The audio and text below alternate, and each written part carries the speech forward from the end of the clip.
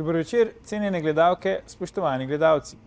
Moje ime je Aljuš Pertinač, Robert Golob še vedno ni odstopil, vi pa spremljate najbolj politično korektno oddajo slovenskih televizij. Neizmerno jih je strah tistih, ki razmišljajo drugače kot oni. Ko se morajo soočiti z lastnimi nečednostmi, pa namesto prevzemanja odgovornosti kažejo s prstom na druge. Pojoči Urški je v Dražgošah spodrsnilo. Natanko je namreč opisala, kako se vedejo sodelujoči na Festivalu svobode. Lapsus ali morda še kaj hujšega.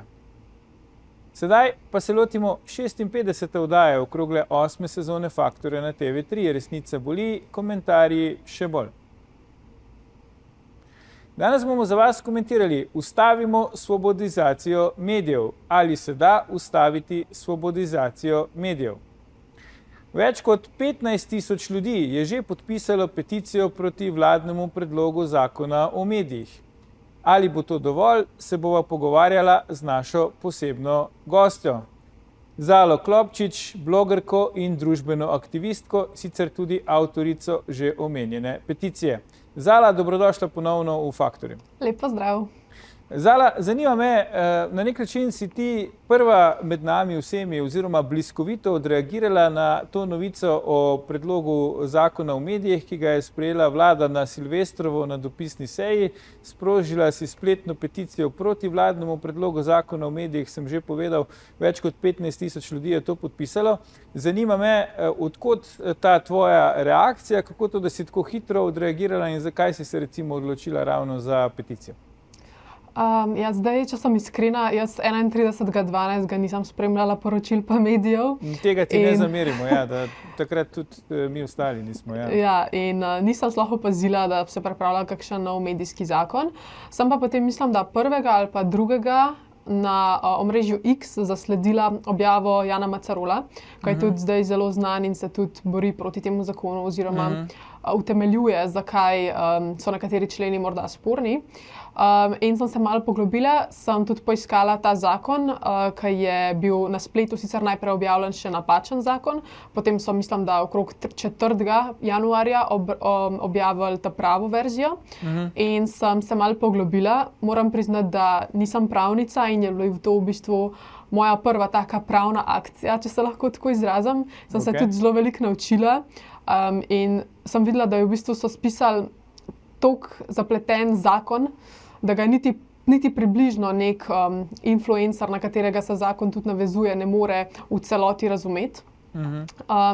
In zasledila sem v njem tudi mogoče kakšne morebitne omejitve, ki se lahko nanašajo na influencerje oziroma medije oziroma karkoli je že razlika med tema dvema. In ker sem opazila tudi možno grožnjo svobodi govora, sem se odločila, da se akutno odzovem, ker to pa je res ena stvar, za katero se jaz borim, da imamo pravico do svobode govora, ki je zapisana tudi v ustavo. In potem sem se odločila, da bom res hitro reagirala in sem sprožila to online peticijo, ki jo je na svoja socialna omrežja jo je delilo ogromno ljudi, med njimi vsaj 20 profilov, ki imajo več kot 30.000 sledilcev na socialnih omrežjih, res vidni influencerji, ljudje, ki res premislijo nekaj, preden objavijo na svoje profile, in sem vesela, da sem v bistvu sprožila tak val, ki je potem nastal. Ker smo, kot si že prej omenil, zbrali ogromno podpisov in upam, da je to res jasen pokazatelj vladi, da ljudstvo tega zakona ne misli gledati. Zdaj, zasledil sem en komentar ob eni izmed novic o tej tvoji peticiji, kjer nekdo piše, da ti čestita ti na nek način za pogum in piše, da tudi mnogi podporniki recimo Slovenske demokratske stranke, SDS, ne upajo dati svojega podpisa pod to tvojo peticijo. Pa me zanima, če si ti to zaznala, pa zakaj misliš, da bi se kdo bal recimo to vrstno peticijo podpisati? V bistvu jaz tega komentarja nisem zaznala, ker ponavadi ne berem komentarjev, ker je enostavno preveč tega. Pa še najdejo se kakšni, ki mi znajo zbiti moralo, če se jim preveč posvečam, se veva, o čem govorim. Ampak se ne bi strinjala s tem, da se ogromno SDS podpornikov ne upa dati svojega podpisa. Zdi se mi, da so proti temu zakonu tako desni kot levi, tako liberalni kot konzervativni, in tudi to je bila moja točka govora, ki sem jo dajala na ven, ker res ta zakon, pri tem zakonu se ne smemo ustavljati z vprašanjem, a je čas za delitve, ker se nanaša na vse, tudi vlada se bo nekoč zamenjala in mislim, da tistim, ki ta zakon danes podpirajo, ta isti zakon ne bo všeč, če morda se na oblast vrne Janez Janša, na primer. Ja, zdaj starosta raziskovalnega novinarstva pri nas, Bojan Požar, je napisal na družbenem omrežju, da je zakon uperjen proti tebi, v bistvu te je z imenom in priimkom imenoval, v tem delu, kjer pač, kot si že sama omenila, posega na področje vplivništva, govori o nekem monetizaciji vplivništva, o nekih standardih, ki jih morajo vplivneži zasledovati, pod katerimi pogoji se celo tretirajo kot mediji in tako naprej in tako naprej. Pa me zanima, imaš ti tak občutek, da je zakon naperjen proti tebi, pa tudi če nimaš tega občutka, kaj misliš, da je vlado toliko zmotilo pri tem, kar počneš, da so se te lotili kar z nekim zakonom? Nisem vedela, da je Požar napisal ta članek, kot praviš. Mi mogoče malo laska, ampak se mi zdi, da je malo precenil vse to, ker jaz nimam toliko velikega vpliva, po mojem mnenju, da bi prav spisali nek zakon. Jaz mislim, da je ta zakon bolj usmerjen van, torej v Požarja, pa v take oddaje, kot sva mi dva na njej zdajle, ali pa recimo proti Novi 24, ker se je tudi zakon precej tiče. Mislim, da je bolj to poanta, no, in zakaj pa bi se spravljali name, je drugi del tvojega vprašanja. Mogoče zato, ker mi zaenkrat kaže kar dobro, no, na socialnih omrežjih res zgradim neko svojo bazo. Na YouTubu imam na zadnjem videu preko 50,000 ogledov, kar je res ogromno, ampak treba se zavedati, da jaz niti slučajno ne bi počela tega in niti slučajno ne bi bila tako zelo uspešna, če ta vlada ne bi počela tega, kar dela. Ker so oni tisti, ki mi vsakič znova dajo gradivo. In ne zdi se mi prav, da samo zaradi tega, ker se oni odločijo delati slabo in ne v korist državljanov, ampak v lastno korist. To se mi ne zdi pravično, da želijo utišati vsakega z nasprotnim mnenjem, ker ta nov zakon dejansko prinaša korenite spremembe, pa ne samo za influencerje in medije, ampak za vse posameznike. Globe, ki so definirane v zakonu, so definirane tudi za posameznike, torej od 50 do 200 evrov za posameznike, če kršijo tako imenovan sovražni govor, ki ga pa presojajo in določajo oni. Torej vsi vemo, da sovražnega govora se ne da definirati. Noben točno ne ve, kaj to sploh pomeni in kje so meje. In zdaj bo vlada oziroma nek neodvisni inšpektorat presojal, kaj to je in kaj to ni. In to se mi zdi zelo, zelo sporno, zaradi tega, ker mi smo do zdaj imeli kazenski zakonik, ki obravnava take stvari, kot so, pozivanje k nasilju, pozivanje k terorizmu, pedofilija. Take stvari so do zdaj bile obravnavane, da so samo zakon dodali, da bo te stvari lahko presojal vladni inšpektorat.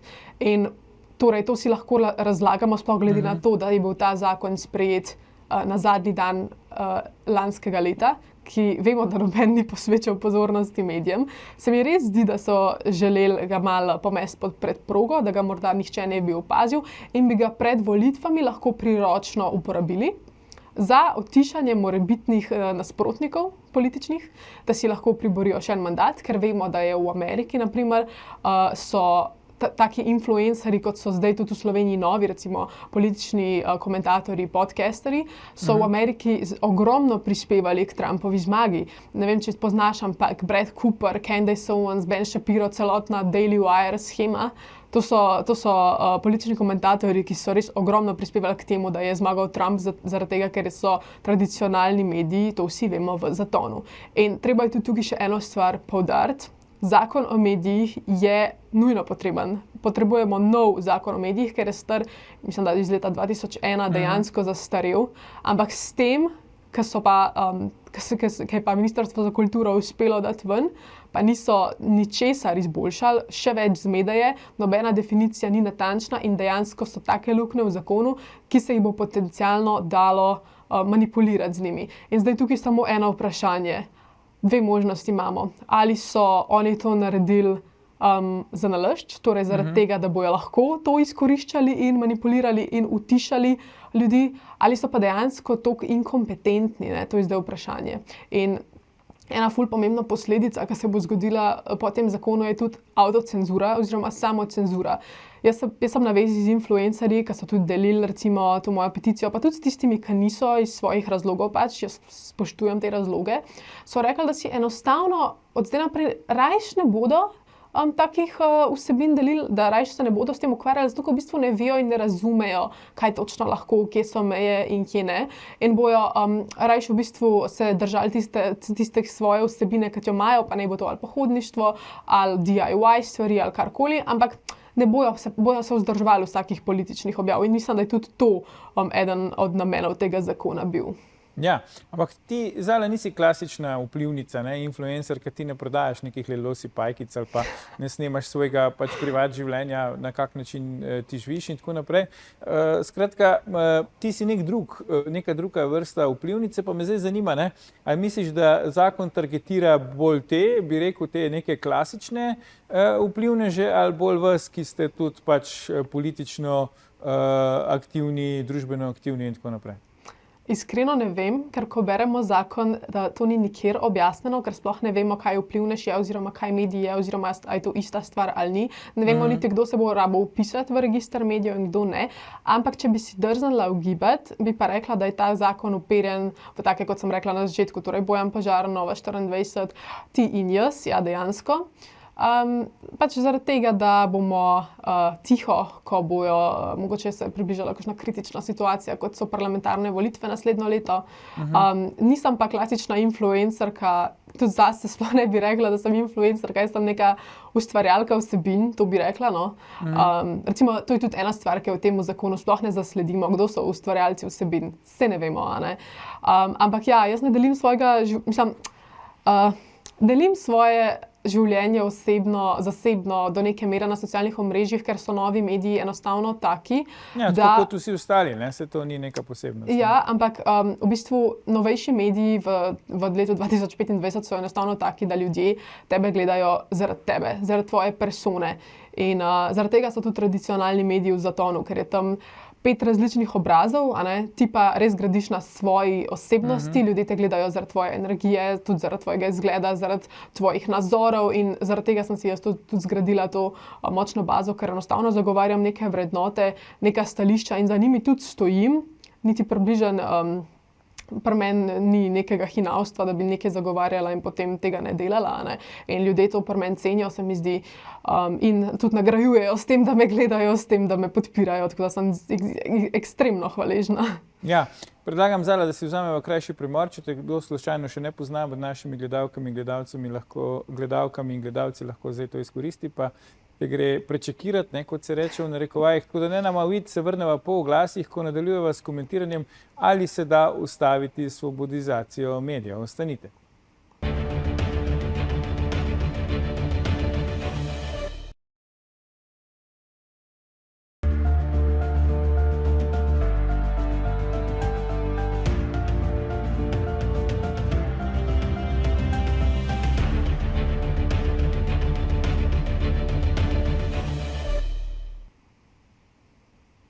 Dobrodošli nazaj. Z nami je še vedno naša posebna gostja, blogerka in družbena aktivistka Zala Klopčič. Pogovarjamo pa se o tem, ali se da ustaviti svobodizacijo medijev. Zdaj, Zala, kdo utegne poreči, ne? Si mlada, simpatična, uspešna si pri tem, kar počneš, sami plusi, ampak veva, ne? Realnost je malo drugačna. Deležna si kar precej hudih napadov, tako od politične konkurence, kot tudi od določenih medijev, ne? To gre na zelo nizek nivo, pač posebej, ko se začnejo ukvarjati s tabo, s tvojim videzom, s tvojo osebnostjo in tako naprej. Pa me zanima, koliko tega pač čutiš, kako se s tem spopadaš, ker si sama omenila, ne, v prvem delu oddaje, da se marsikdo, ki ga bo ta zakon, če bo sprejet v Državnem zboru, neposredno prizadel, ne, tudi recimo njegove vire dohodka ali pa celo eksistenco, se raje odloči za molk ali pa za neko pasivnost. V bistvu, če sem čisto iskrena, no, zdaj se je to v začetku tega leta dogajalo, sem to malo težje prenašala kot sicer, ker sem vseeno se prebila na glavne mainstream medije. 24 ur je poročal o meni kot neko SDS trobilo, potem kanala isto, pa dobro, Planet TV, Nova 24, skratka, te vidni mediji so res pisali o tej temi in nekateri so bili prizanesljivi, nekateri ne, tako da sem pol rajši ugasnila stvari, ampak enostavno jaz imam že od otroštva toliko močne korenine, sem bila res vzgojena v tem duhu, da zame ni meja, da me ne podrejo neke novinarski zapisi. Ampak mi je pa zanimivo gledati, naprimer, kako se je sama ministrica spravila name, ali pa Tina Gaber, naprimer, ko sem objavila peticijo, je Tina Gaber takoj zapisala, da je to še nov primer manipulacij skrajnih strank, ki delajo neko samopromocijo in delajo razdor in širijo laži. Torej, to je dobesedno, zdaj sem povzela njeno obrambo, ki je šla proti moji peticiji. Torej, brez argumentov, brez kakršnih koli pametnih dejstev ali pa ne vem, primerov iz zakona, samo šla je s tem pač ven, da SDS laže. Zdaj tukaj je treba povedati, da jaz sem šla v to peticijo striktno, samostojno, za mano ni stranka, čeprav sem članica stranke, to vsi vejo, ampak nimam nobene funkcije v stranki sem zaradi svojih vrednot, ki si jih z njo delim, in ta peticija je enostavno pač plod, mislim, je moja ideja, oziroma, če sem čisto iskrena, je nastala doma za prvega za kuhinjsko mizo, ampak dobro. In ja, no, sem bila presenečena nad tem odzivom, ki ga je imela Tina Gaber. Seveda, Tina Gaber je absolutno pristranska, glede na to, da si deli življenje z našim premijem. Torej, se mi zdi, da je njeno vmešavanje še potem potisnilo bolj stvari na moj pol in tudi ogromno sporočil sem dobila, da zdaj, ko se je pa oglasila ona, da zdaj bojo pa podpisali peticijo. Tako da to mi je bilo zelo zanimivo. Potem pa odziv Aste Vrečko, ki je šla prav direktno reagirati na moje tvite. Seveda tudi z nekimi objavami, da sem SDS trobilo in da lažem, zavajam in manipuliram in da sem pripadnica skrajnih ideologij in v bistvu me na tej točki, zdaj če pomislim, zelo zanima, če to je sovražni govor ali ni, ampak ok, ne to oni presojajo, mene ne moti, iskreno me ne. In tudi pripadnica Gibanja Svobode je na Facebook objavila objavo, da sem ali funkcionalno nepismena ali pa kako drugače ranjena, torej to je bil citat. Ampak iskreno mene take stvari sploh ne motijo, ker jaz podpiram to, da se lahko, jaz mislim, da se na socialnih omrežjih lahko na tak način komunicirajo, sicer jaz osebno ne bom, ker je to moja lastna odločitev in se na ta nivo ne bom spuščala, ampak ostali pa kažejo svoj obraz z uporabo takih besed. No. V bistvu več zvemo v njih, ko pa v tebi, ne? Ampak vseeno, Zala, Tina Gaber pa lahko tebe vidi kot neposredno konkurenco, ker ona pa je monetizacija na dveh nogah, ne, da ne bom rekel še česa hujšega. Ona pač po dostopnih podatkih živi od tega, kar objavlja na socialnih omrežjih, ne, in ona je pač tista, ki bi lahko imela interes, da se tukaj znebi konkurence. Prva stvar in druga stvar, ne, vseeno se mi zdi fascinantno, ne glede na to, da ti to zelo dobro prenašaš, za kar ti seveda čestitam, da se pač neka parad zdaj tu spravi na neko pač punco v rosnih 20-ih, neka ministrica celo v bistvu pač za kulturo senata spravila, pa država, pa pač bi rekel neki te dominantni mediji, ki so prijazni do aktualne oblasti. To je neka nenaravna situacija, ne? Se strinjaš? Ja, se strinjam. Mene je predvsem presenetilo to, da Asta Vrečko se je odzvala na moj tweet, v redu, ima vso pravico. Sicer ne vem, zakaj je rabila biti pri tem žaljiva in me napadati, ker jaz nje nikoli nisem označila za kakšno skrajno, pa vemo, da ona je v skrajni stranki, jaz pa na primer nisem, ne. Ampak pač jaz, tako kot sem že prej rekla, se na ta nivo ne bom spuščala. Mi je pa to fascinantno, da ne grejo naprej z dejstvi. To me v bistvu moti, ker jaz sem vedno pristopila z dejstvi, s dejanskimi členi zakona.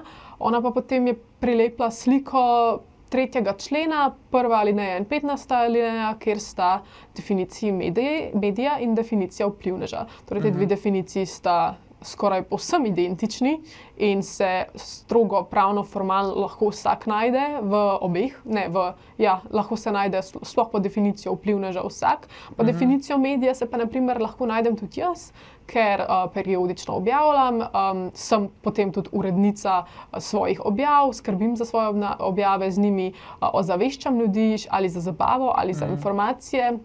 Tako da pod to definicijo lahko definitivno padem tudi jaz. Kar se pa tiče po definiciji vplivneža, pa v bistvu praktično lahko pade katerkoli uporabnik družbenih omrežij, ker ni definirano z ničemer. Asta Vrečko je se zlagala, naprimer, ali pa sama ne pozna zakona, nisem čisto prepričana, katera od teh dveh možnosti. Skratka, v Odmevih je rekla, da se influencer od navadnega uporabnika socialnih omrežij loči po tem, da vplivnež svojo vsebino monetizira in ima od nje nek ekonomski interes. Ampak, ko gremo brati 15. alinejo 3. člena, ker je definicija vplivneža, tam jasno piše, da lahko svojo vsebino monetizira. Torej, tukaj padam noter tudi jaz, naprimer. Vsak, ki na Facebooku kaj napiše, vplivnež, recimo, absolutno. moja mama, ne? In tudi ni, ja, točno tako, in tudi ni neke omejitve, koliko mora biti število sledilcev, z tega sploh ni, koliko mora biti, ne vem, število ogledov na objavo, kakšen mora biti doseg. Ta zakon ima enostavno toliko pomanjkljivosti, da res mislim, pričakujem, ne, da samo upam, pričakujem, da ne bo šel čez. Potem imamo 20. člen, kjer so navodila za vpis v razvid medijev in tam v alinejah ni naštetih influencerjev, torej našteti so vsi, ki se ne rabijo vpisati v razvid in tam ni, naprimer, influencerjev. Ja, izjeme so naštete, pa influencerjev ni kot izjema, ne? Ja. Točno to. Zdaj, Zala, ti veliko boljš, recimo, že od mene, ne, poznaš ali pa obvladaš družbena omrežja. A te kaj preseneča, da zakon pa ne omenja družbenih omrežij kot medijev ali pa kot neke oblike medijev, omenja pa kot potencialnega medija vsakega, tako kot sem prej rekel, ko na Facebook nekaj napiše, ne? To je neka diskrepanca. Saj sem že na začetku rekla, da sta dve možnosti, ali da so nekompetentni, ali pa da to delajo za nalašč. Zaradi tega, ker Facebook je medij potem. Mislim, Facebook je medij, Instagram je medij, TikTok je medij, dejansko je. In ne, tega niso upoštevali. Jaz mislim, da so ta zakon pripravili z namenom, tako zdaj se že ponavljam, da so enostavno, da se bo utišal potencialnega političnega nasprotnika in tudi za avtocenzuro. Pa tudi, kar se tiče novinarskega dela, v katerega se sama sicer nisem toliko poglobila, ker se pa res ne spoznam toliko, ampak se znam brati, konec koncev. Recimo 17. člen, kjer so kjer so pogoji za državno sofinanciranje digitalnih medijev. Tam naprimer piše, da rabiš imeti 3 zaposlene, pa piše, da rabiš imeti 10.000 uporabnikov dosega. Torej, ne vemo, kaj 10.000 uporabnikov dosega, kaj na dan, na mesec, na leto. To so take osnove, to so nejasne stvari. Jaz ne vem, kdo je ta zakon dokončno prebral in rekel, ok, v redu je, gremo ga dati ven. Res iskreno mi ni jasno, ker to je več kot očitno neka priprava, neki temelji za to, da se bo čim več nevladnih organizacij lahko prijavljalo na razpise in se od tega dejansko preživljalo in postalo neko potencialno vladno trobilo. Ne moramo mimo tega, Zala, ne, da eno je pač onemogočenje drugače mislečih ali pa sploh mislečih, posebej političnih nasprotnikov, drugo je pa seveda financiranje enako mislečih, ne. V tem zakonu se pač povečuje sklad za financiranje medijev za 100%, ne. Na 8 milijonov, ja. Ja, iz 4 na 8 milijonov, po drugi strani pa predlagateljica, saj formalna zakona, Asta Vrečko, nas je zdaj v času pač okrog novega leta razsvetlila tudi z sintagmo nevidnega dela, ne, ki bo po novem financiran samo zaposlenim v kulturi, ne. Pa me zdaj zanima, dejavnost, s katero se ti ukvarjaš, ne, da ne bo nesporazumov, če mogoče kdo ne ve, med našo publiko, ti si pač pridna študentka, mislim, da farmacije, ne, tako da ne staviš zgolj na objave na družbenih omrežjih, ampak vendarle, se pravi, tu zadnje je tudi verjetno veliko nevidnega dela, ne, ker mi pač vidimo sam tisti končni produkt, tisto, kar objaviš, ne vidimo tistega, kar pač pride prej. Misliš, da se lahko ti kvalificiraš s tem nevidnim delom, da boš tudi ti deležna kakšne pomoči iz strani države? Iskreno, ko tako vprašaš, dejansko pomislim, da mogoče sploh ne bi bilo tako slabo, če bi se mogla vpisati v razvid medijev, ker potem bi mi lahko plačali tudi, ne vem, kakšno opremo, kakšen nov MacBook bi lahko dobila na stroške, če bi imela potem neko svoj SPL paket azga, lahko bi si plačala kavico, ko grem v Benetke, pa jo dala na firmo, naprimer, ne. Tako da iz tega vidika to mogoče celo ne bi bilo slabo. Ampak ja, moram priznati, da nisem toliko spremljala tega s tem nevidnim delom, mi je pa absolutno absurdno, ne. ker sem zdaj toliko zaposlena z drugimi stvarmi. Ampak ja, moje objave dejansko vzamejo zelo veliko časa, večkrat se mogoče zdi, ker en uporabnik, ki vidi mene na Instagramu, samo vidi moj posnetek, ki mu skoči ven na strani, a ne? Ampak v resnici je za tem ogromno dela, ker je treba že to, da si naredim, da se naličam, a ne, da potem zgledam na kamero, potem da ta video sam posnamem, da si pripravim neko primerno osvetlitev, da se to uredi, da se podnapise da, to je v bistvu zelo velik dela, ne. Tako da ja. Kaj pa recimo, kako pa doma to usklajuješ, ne? Ni skrivnost, da tvoj partner je tudi pač politično opredeljen, tudi na nek način politično aktiven, ampak vendar primerjavi s tabo pač bolj v senci ostaja, ne? To nekako ni značilno recimo v Sloveniji, pa me zanima, kako vidva to doma usklajujete, kako sta se dogovorila, kdo bo zdaj kje bolj v ospredju? V bistvu je to prišlo kar nekako samo od sebe, zaradi tega, ker Tima enostavno zdaj zanimajo druge stvari. On je zdaj začel delati kot strojevodja in ga to... Ja, ga okay, to... No to pa je novica, evo, vidiš, v Faktorju zveste tudi tisto, kar zasebno. Mali kdo ve, ja. Ja, je začel kot strojevodja in ga ta služba zelo, zelo veseli. Tudi ne mara toliko zelo javnega nastopanja. Ampak je pa treba povedati, da je on zelo velik v ozadju za mojimi objavami. Jaz tudi danes, recimo, preden sem šla sem, ko sem se pripravljala, sem rekla, da se malo pogovari z mano, da se malo osvežim spomine, ne. Tako da ja, on je kar velik del, no, mi zelo pomaga. Tudi zdaj to soboto nameravam posneti nov video glih na to temo, ker zdajle to obdobje nisem se preveč oglašala, ker kot sem že rekla, se približuje izpitno obdobje in sem zelo zaposlena. Ampak moram vseeno malo obvestiti svoje sledilce o tem, kar se dogaja, zaradi tega, da ne bo ta zakon slučajno šel čez, ker to res ne bi bilo sprejemljivo. Ja, no, tako da tim mi ful pomaga v bistvu. Sem pa, ja, tole stvar, ki jo zdaj gledamo na zaslonu, sem pozabila še prej omeniti, ja, torej, Zala Tomašič in Romana Tomc sta opozorili že kakšen teden nazaj, da se je v Evropski uniji sprejela tale ENFA, ki v bistvu opredeljuje vse pomembne stvari, ki jih je ta vlada želela sprejeti s tem novim zakonom. In iz Levice so potem napadli Zalo osebno, da enostavno ne ve, kako deluje Evropska unija. Ja, to je bilo sploh banalno, ne? Ker pač tu gre za uredbo, ki pač je neposredno prenosljiva v zakonodajo. Mislim, velja kot domača zakonodaja, učitelj so je pa, da ona ne ve, kot evropska poslanka, da je treba pač to prenosti v slovensko zakonodajo, kar ni treba prenesti, ne? Če gre za direktivo, potem mora država sprejeti pač ustrezno zakonsko rešitev pri sebi doma, če gre za uredbo, pa ne, pa ta neposredno velja. Ne? Ja, res je, in so ji rekli, da ne ve, kako deluje Evropska unija.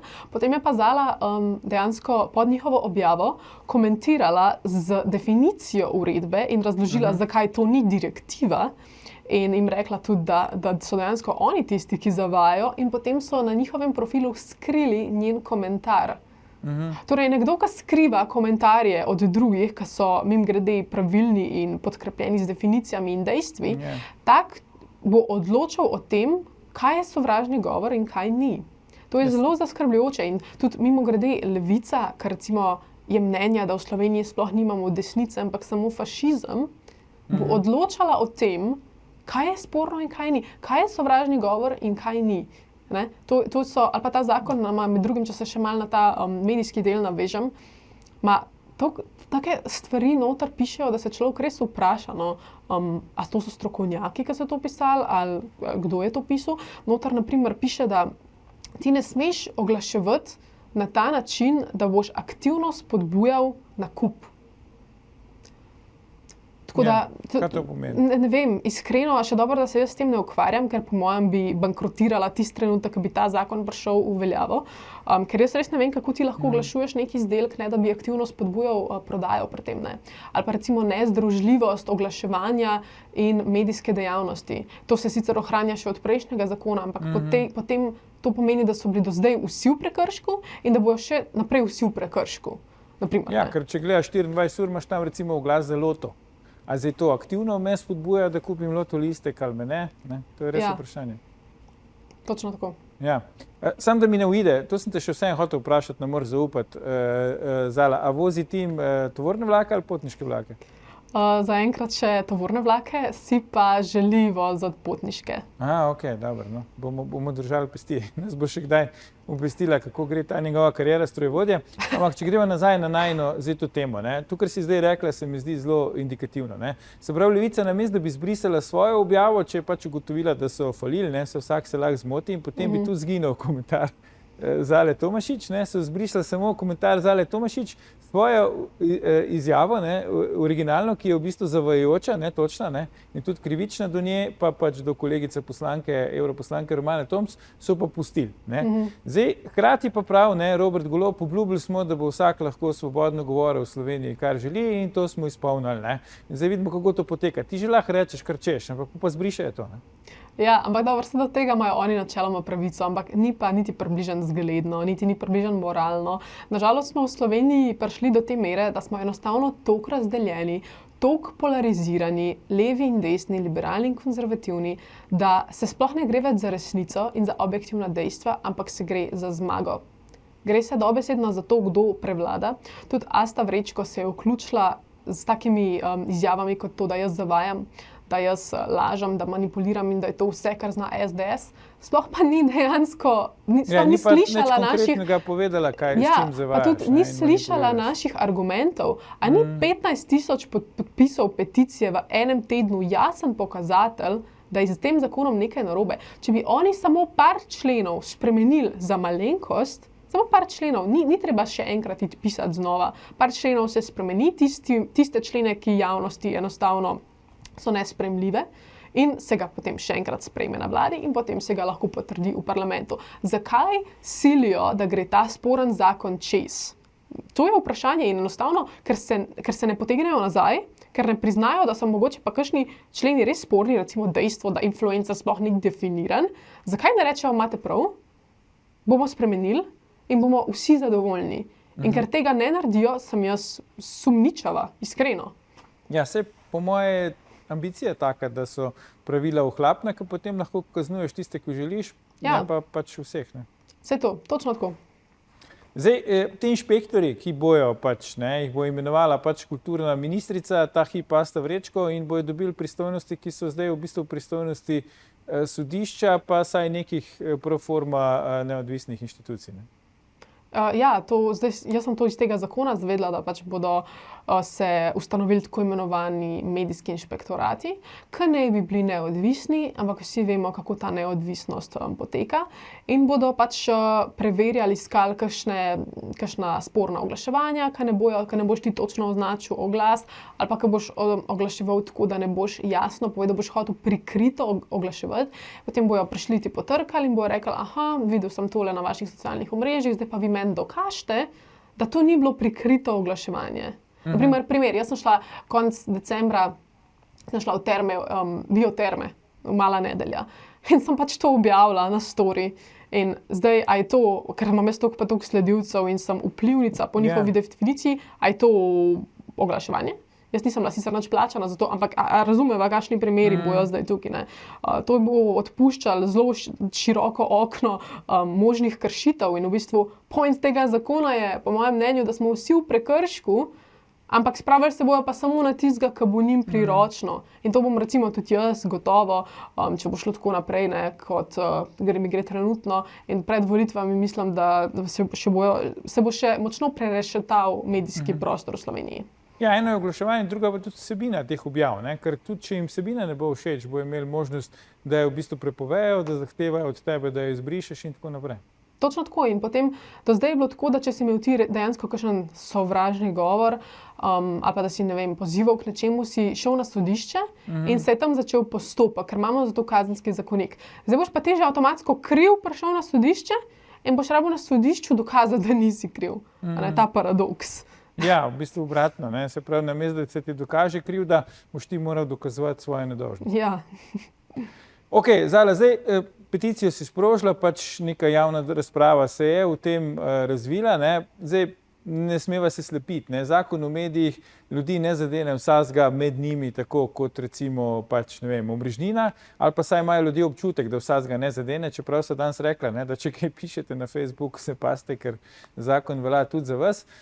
Zdaj, misliš, da se bo dalo pač dovolj široko pač kritično maso ljudi v zavesti do te mere, da se bojo še nekako bolj aktiven način temu uprli, ali bo potem to šele kasneje, ko bo prihajalo do prvih teh primerov zlorab, do katerih bo neminovno prišlo, ne? Ker zakon, ki je tako sprejet, pa tako napisan, je jasno, da bo do zlorab prihajalo, če drugače ne, tudi zaradi neznanja, ne, potencialno, ne, niti z nekimi slabimi nameni. Ja, se strinjam, ne?